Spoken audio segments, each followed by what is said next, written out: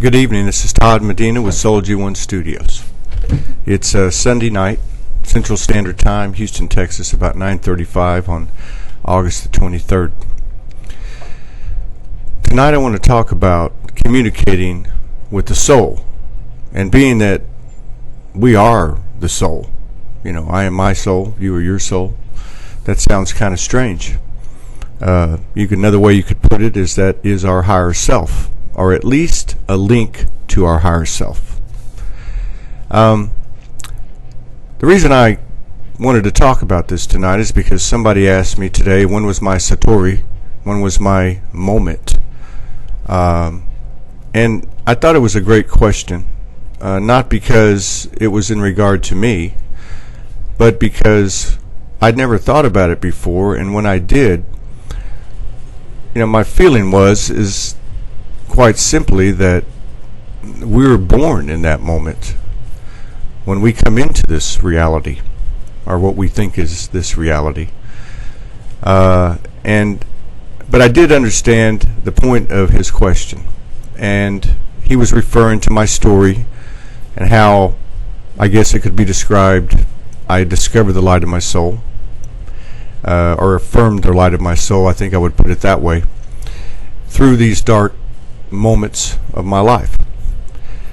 And that moment came, I guess, not in a measure of time that we can define in human terms, but in the timeless,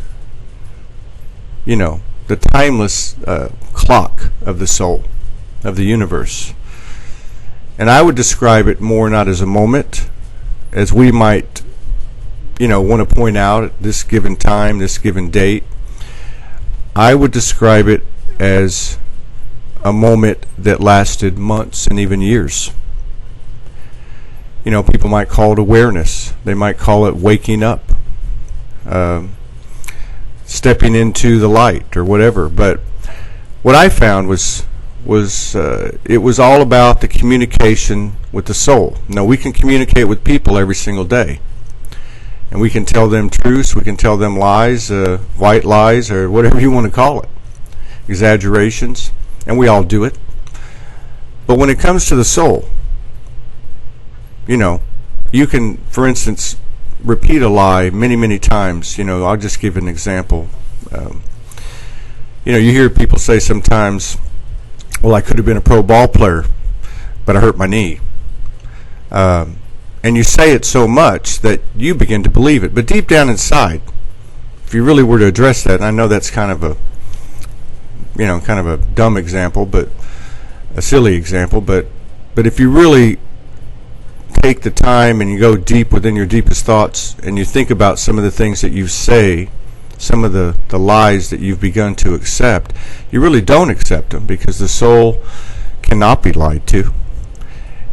And this is what I found. I found that I was able to raise my vibration, and I'm not perfect by any means, but I was able to consistently raise my vibration by these three things. Really four, but these three first ones go together.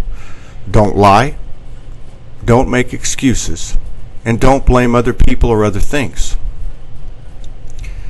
No matter how accurate it may be in your mind. You see, when I lost everything I had, and I went out on the streets for 2 years, I realized that it didn't matter if this was a circumstance or a consequence of my actions.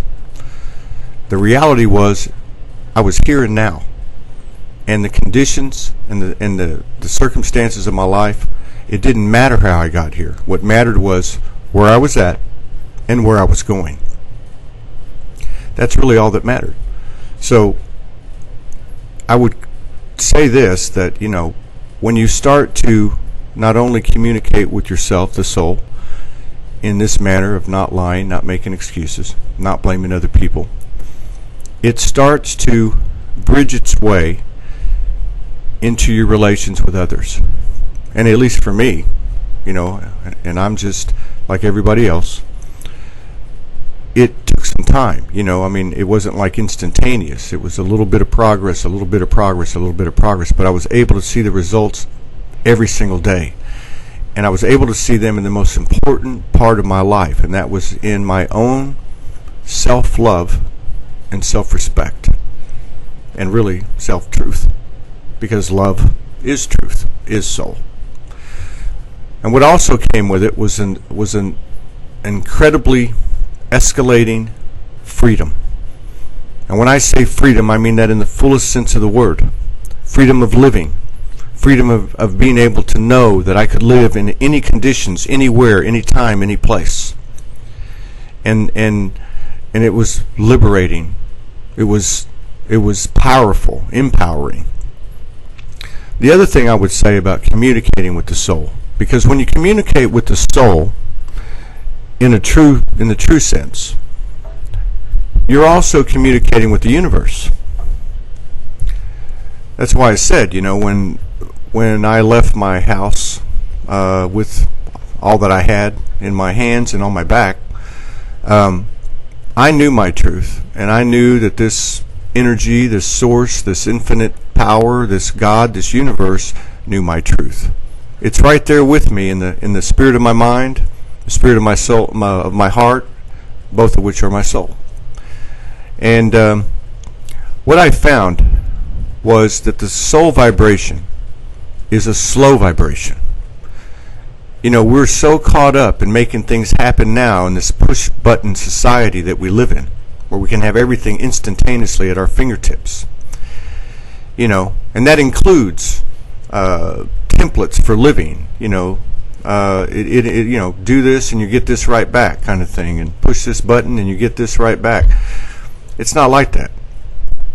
The power and the glory, I'll use that word, is in that moment, is in seeing that progress, is in feeling that progress, is in seeing that reciprocation by the universe. And the way you get there, and what I'm referring to, this fourth element, is patience. You see, on a human level, there's the word patience. On a soul level, it is patience. The soul is patient, because the soul doesn't have an element of time.